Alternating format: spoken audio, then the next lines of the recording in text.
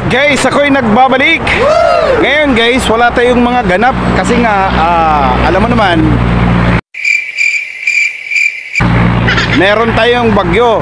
So nagsisimula pa yan guys, mga 5 araw na. So pagdating ng hapon, yung area namin. Tapos yung ulan naman hindi naman gaano kalakasan, kaso nga lang talaga mababasa ka.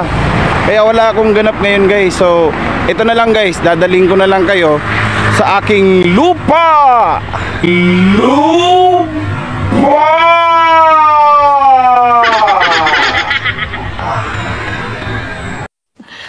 Sana all. Natinaniman. Alright guys, so itutur ko kayo guys kasi wala tayong ganap ngayon.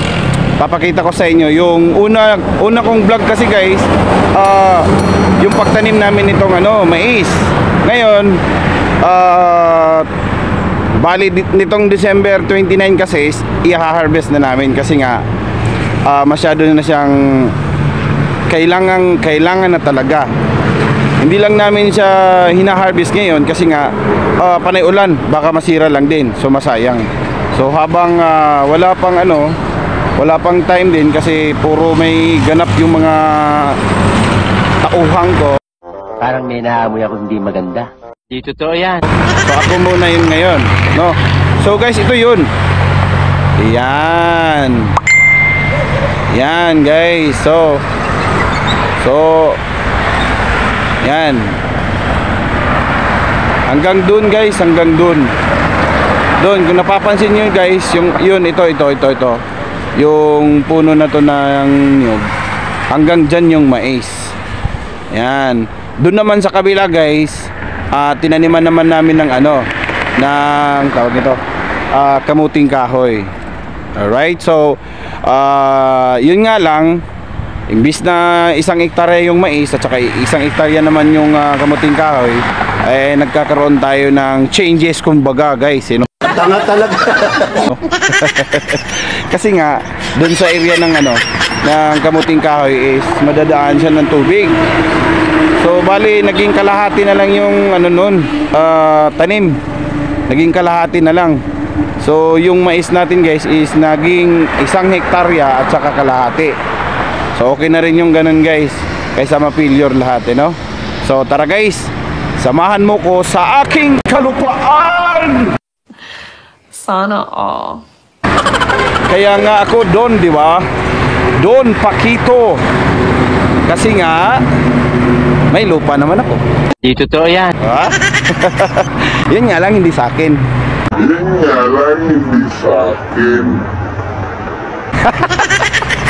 Sa papa ko yan guys, hindi sa akin yan. Baka sabihin nyo guys, napakayabang ko, no? Sa papa ko yan guys. Sa papa ko yan. Alright, so tara guys, samahan mo ko at mag-ikot na tayo. Tara, let's go.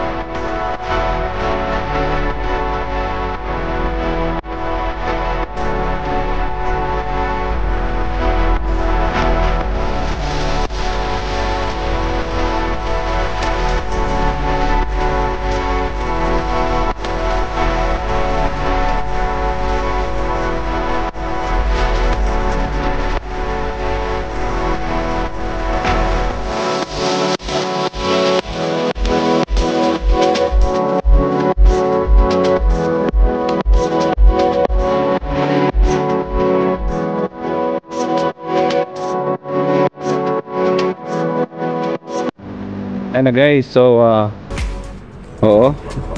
na talaga siya guys. So kailangan na talaga nating ngayon ito i-harvest, no? So ito na yung kabuuhan guys ng pagod. So pag-harvest nito guys, pagod na naman ulit dahil harvestin ito, tapos ipapatuyo pa, saka ibebenta. no?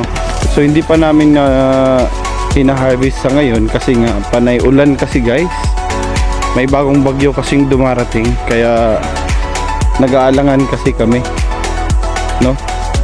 So ito yun guys. Yan, so kulang na lang talaga siyang i-harvest. Saka hindi na to gaanong patatagalin guys kasi nga baka kasi masira pa yung loob. Ito yung loob, baka masira guys, baka tutubo. Dinedepensahan kasi namin na baka sasabay na lang namin siguro tong sa kabila kasi nga nauna kasi tong kabila so itong ito yung kabila nauna, ito yung pahabol. Kasi nga dapat sana guys, ang tinanim namin dito is yung kamuting kahoy. Failure guys kasi nga gawa nga nung pagtanim namin, ang lakas ng ulan. Yun, pansin nyo guys, ito na lang yung natira. Yan. Yan, so pailan-ilan na lang guys, pailan-ilan. Kaya ang ginawa namin guys, nagtanim na lang kami nito. So pahabol namin. So balak namin guys, siguro by this di 3 days from now, ay hindi nitong 29 ng Disyembre harvest na namin to. Kasi ayun pailan-ilan na lang yung kamuting kahoy. Ito kunti lang natira guys kasi nga nung tinanim namin lumakas yung ulan,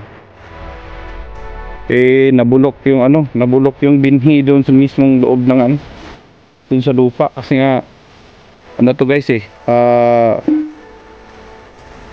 parang dito dumadaan yung tubig galing doon, so dito dadaan. Yan, so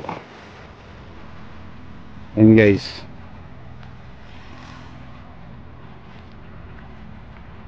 dito na lang siguro ako, hindi na ako papasok kasi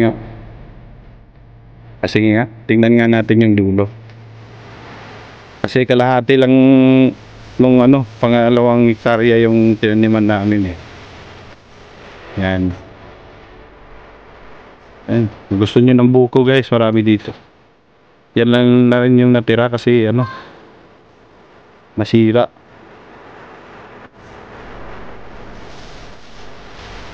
Yan.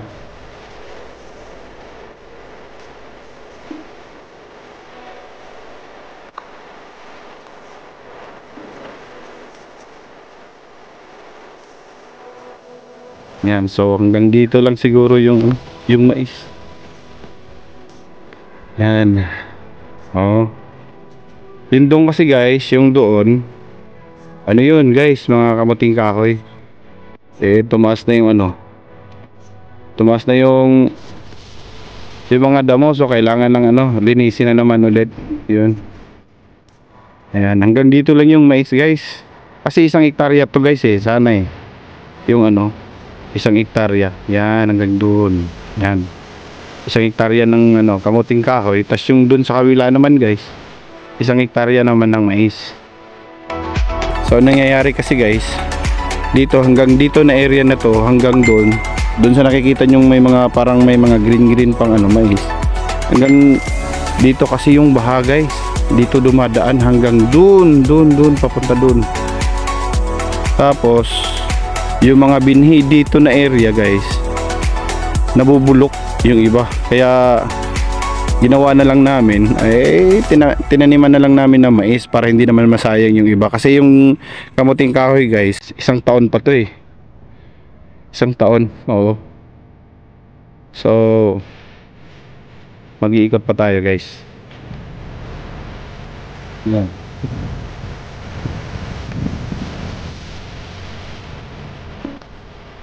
Tingnan mo, dito walang tanim kasi nga dinadaanan to ng tubig. Yan guys,